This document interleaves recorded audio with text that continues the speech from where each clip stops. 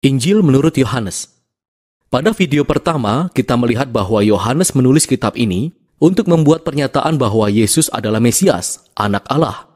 Perwujudan firman Allah dan kemuliaan hadirat yang datang untuk menyingkapkan siapa sebenarnya Allah itu. Kemudian kita menemukan bagaimana Yohanes merancang paruh pertama kitab ini untuk membuktikan pernyataan itu. Yesus melakukan tanda-tanda ajaib dan membuat pernyataan besar mengenai dirinya sendiri, bahwa dialah realitas yang kepadanya seluruh sejarah bangsa Israel mengarah. Dan semua hal ini menciptakan kontroversi, dan para pemimpin Yahudi menentang Yesus atas seluruh pernyataan-pernyataan itu. Dan ini mencapai puncaknya saat Yesus menyerahkan nyawanya bagi sahabatnya Lazarus. Dengan datang ke Yerusalem untuk membangkitkannya dari kematian, Yesus memeteraikan nasibnya. Jadi, ketika rencana pembunuhan Yesus mulai dijalankan, kita tiba pada paruh kedua dari kitab ini.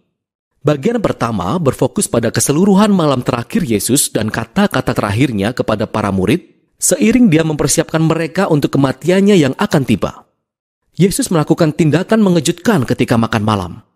Ia berlaku seperti lazimnya hamba dengan berlutut untuk mencuci kaki-kaki kotor mereka. Sesuatu yang dalam budaya mereka tidak akan pernah dilakukan oleh seorang rabi besar kepada murid-muridnya. Dan Yesus berkata bahwa itu adalah simbol dari keseluruhan tujuan hidupnya untuk menyingkapkan sifat Allah sesungguhnya yang akan menyerahkan dirinya karena kasih. Dan itu juga adalah simbol dari apa yang akan Yesus lakukan dengan menjadi seorang hamba dan memberikan hidupnya untuk mati bagi dosa-dosa dunia. Sehingga hal ini mengarah pada amanat agung bagi murid-muridnya bahwa mereka harus mengikut dia dengan mengasihi sesama, sama seperti dia telah mengasihi mereka. Tindakan kemurahhatian yang penuh kasih adalah ciri khas para pengikut Yesus. Cara inilah yang akan menunjukkan kepada dunia siapa sebenarnya Yesus. Sehingga dunia pun tahu siapakah Allah itu. Dari sini, Yesus memberikan sebuah pidato panjang yang diakhiri dengan sebuah doa. Dan kita akan menemukan semuanya disatukan oleh beberapa tema yang berulang. Yesus terus mengatakan bahwa dia akan pergi di mana hal itu membuat para murid sedih. Namun Yesus berkata bahwa itu lebih baik karena dia akan mengirimkan Roh Kudus yang juga dikenal sebagai Sang Pembela. Sebagai manusia, Yesus hanya bisa berada di satu tempat pada satu waktu saja. Tapi Roh Kudus dapat menjadi pribadi ilahi Yesus yang hadir di mana saja dan kapan saja. Dan Roh Kudus akan melakukan banyak hal, kata Yesus. Jadi ingat, bagi Yohanes, ketuhanan khas dari Allah yang Esa terdiri atas kesatuan hubungan yang saling mengasihi antara Bapa dan Anak. Yesus berkata bahwa Roh Kudus adalah kehadiran pribadi yang penuh kasih yang akan datang untuk tinggal dalam diri umatnya dan menarik mereka ke dalam kasih antara Bapa dan Anak.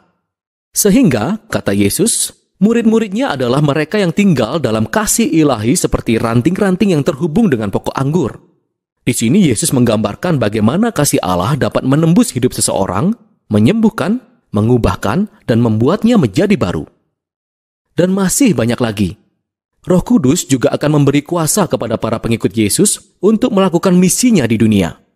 Untuk pertama-tama memenuhi amanat agung. Untuk mengasihi sesama melalui tindakan melayani yang radikal. Tapi juga Yesus berkata misinya adalah menjadi saksi kebenaran, menyingkapkan, dan mendefinisikan cara-cara egois dan penuh dosa yang kita sebagai manusia saling memperlakukan satu sama lain.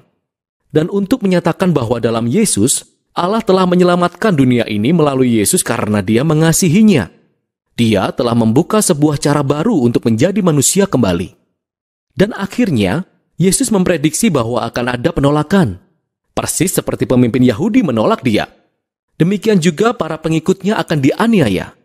Tapi Yesus berpesan kepada mereka untuk tidak takut karena dia telah mengalahkan atau menang atas dunia. Nah, apa yang Yesus maksudkan dengan menang di sini tidak dijelaskannya. Namun ini membawa kita pada bagian akhir dari kitab ini di mana Yohanes menunjukkan bagaimana kemenangan itu terlihat dengan gaya Yesus. Para pemimpin Yahudi mengirim sejumlah prajurit kepada Yesus dan murid-muridnya untuk menangkap Yesus. Dan ketika para prajurit itu bertanya yang manakah Yesus, Yesus berkata, "Akulah dia." Dan mereka jatuh ke tanah. Ini cara cerdik luar biasa yang dipakai Yohanes. Perkataan ini adalah puncak dari 2 pasang dari 7 contoh di mana Yesus memakai ungkapan ini, dan ungkapan ini menyoroti satu dari beberapa klaim utama Yohanes tentang Yesus. Kata-kata "akulah dia" atau dalam bahasa Yunaninya disebut ego eimi, adalah terjemahan dari nama perjanjian pribadi Allah dari bahasa Ibrani yang dinyatakan kepada Musa di Keluaran pasal 3 dan juga dipakai berkali-kali di kitab Yesaya. Dan secara strategis, Yohanes meletakkan 7 peristiwa dalam ceritanya di mana Yesus berkata, "Akulah dia," diikuti oleh beberapa pernyataan mengejutkan. "Akulah roti hidup," "Akulah terang dunia," "Pintu bagi domba-domba," "Gembala yang baik," "Kebangkitan," "Jalan kebenaran dan hidup," "Pokok anggur."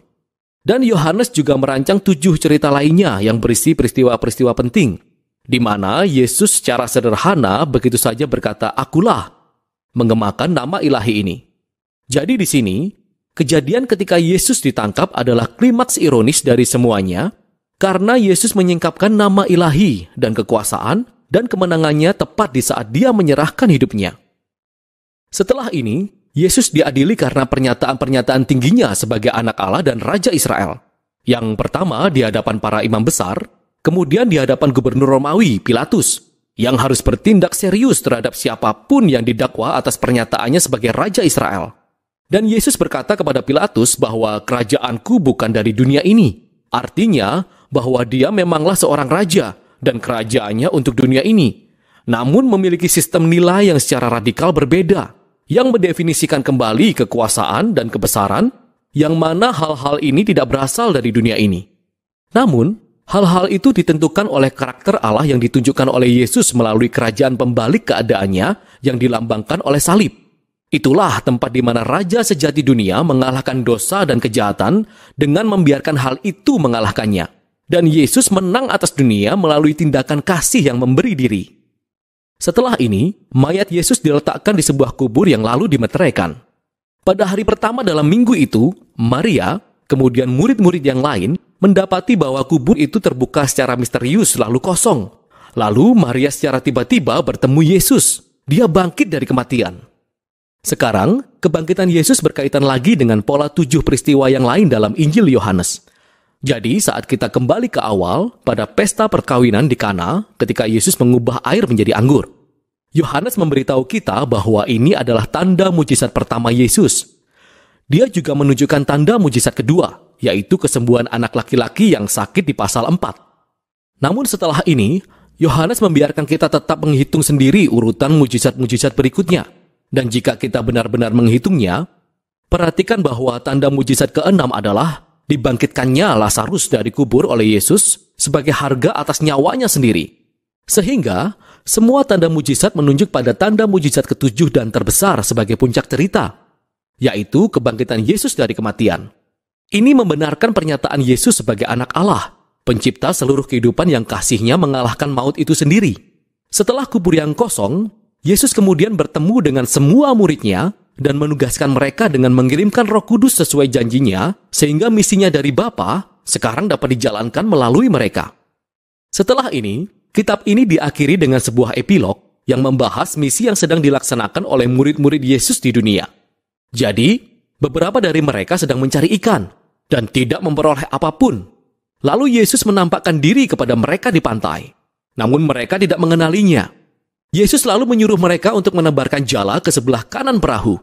Ketika mereka menurutinya, mereka menangkap banyak sekali ikan. Dan baru saat itulah mereka mengenalinya sebagai Yesus. Nah, di sini Yohanes menawarkan sebuah konsep pemuritan menurut Yesus. Para pengikutnya akan menjadi sangat efektif dalam dunia ini ketika fokus mereka bukan pada pekerjaan mereka, namun dengan semata-mata mendengarkan suara Yesus dan mematuhinya ketika dia berbicara. Itulah saat di mana mereka akan benar-benar melihatnya berkarya dalam hidup mereka. Kemudian, Yesus bicara kepada Petrus dan menugaskannya sebagai pemimpin khusus dalam pergerakan Yesus. Menunjukkan bahwa Petrus pun akan memberikan hidupnya suatu hari nanti. Tapi bukannya pada Petrus, peristiwa terakhir dari cerita ini berfokus pada penulis Injil ini, murid yang dikasihi Yesus.